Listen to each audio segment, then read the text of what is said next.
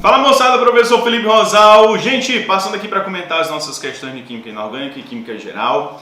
E aí a gente vai para a nossa primeira questão do nosso simulado, que é a questão de número 96. Essa questão ela vai estar relacionada a forças intermoleculares e ponto de ebulição, temperatura de ebulição, bem como as massas molares. Gente, quando a gente fala em temperatura de ebulição, a gente tem que primeiro entender o que é ebulição. É quando você tem, em regra, a mudança do estado líquido para o estado de vapor de uma substância. E aí, para que você promova essa mudança de estado, é necessário que você quebre as ligações que mantêm várias moléculas daquela mesma substância unidas. Exemplo, se você tem água no estado líquido, é porque você tem várias moléculas H2O unidas. Várias moléculas unidas. E essa união ela ocorre por uma força intermolecular que é muito forte, que é a ligação de hidrogênio. Então, a partir do momento em que você consegue romper aquela ligação de hidrogênio, as moléculas se dispersam e estão livres no estado de vapor. Pois bem, essas forças intermoleculares elas têm um grau de força. As ligações de hidrogênio são as mais fortes, enquanto as de polo induzido são as mais fracas e as de polo permanente são intermediárias. Lembrando que de polo induzido são ligações intermoleculares que acontecem entre moléculas que são apolares. As de polo permanente ocorrem entre moléculas polares. E as ligações de hidrogênio acontecem entre moléculas polares, só que com um grupo restrito do H-FON, e a gente vai ver já já. Então a nossa questão número 96 traz como enunciado a seguinte informação. As interações intermoleculares estão intimamente relacionadas com as propriedades termodinâmicas de líquidos, sólidos e gases. Logo, o entendimento de tais forças intermoleculares é de extrema relevância, se quisermos entender o comportamento desses sistemas químicos a nível molecular, como por exemplo a temperatura de ebulição.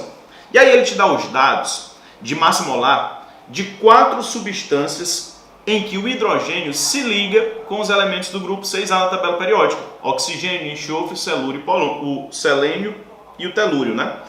E aí você vai ter o H2O, massa molar de 18 gramas por mol, H2S, massa molar de 34 gramas por mol, H2SE, 81 gramas por mol, H2TE, 130 gramas por mol. Então ele te dá essas 4 substâncias e pede o seguinte: o gráfico que relaciona corretamente a temperatura de ebulição e a massa molar dos hidretos moleculares pertencentes à família dos calcogênios é... Gente, entenda. Massa molar interfere no ponto de ebulição? Interfere. Qual é a interferência? Quanto maior a massa molar de um composto, maior a sua temperatura de ebulição. Lembra lá da química orgânica? Se você for pegar um metano, a temperatura de ebulição do metano é muito baixa. Por quê? Porque a massa molar dele é pequena, ele só tem um carbono. E é claro que existem outros fatores, mas se você pegar um composto com 15 carbonos, aí a massa molar dele já aumenta.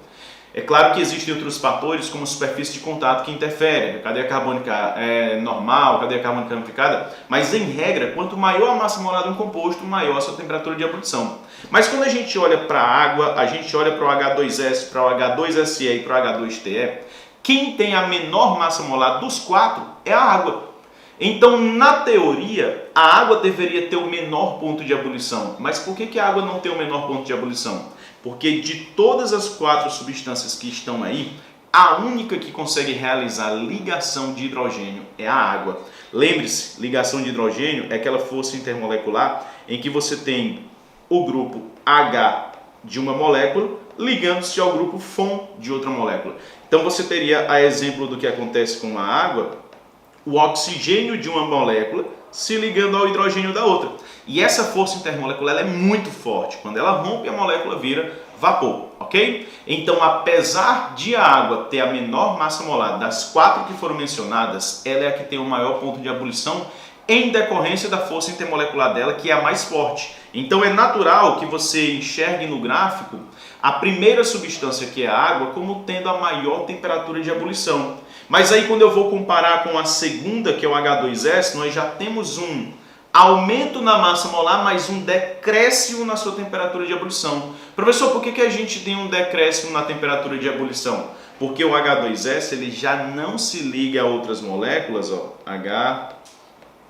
H2S, ele já não se liga às outras moléculas por ligação de hidrogênio, porque ele não faz parte do grupo H-FON. Então o H2S ele se liga por ligação de polo permanente. Então é natural que quando eu compare o ponto de ebulição da água, que tem massa molar menor do que o H2S, a temperatura de ebulição da água seja maior por conta da força intermolecular que ela exerce, que é a ligação de hidrogênio, que é mais difícil romper. Então é natural que você tenha a água como sendo a substância de maior temperatura de ebulição, e ela vai ter posteriormente o acompanhamento do H2S, que tem um decréscimo enorme. A temperatura de ebulição dela vai cair, ó. Se eu for comparar, aqui embaixo já vai estar de quem? Do H2S.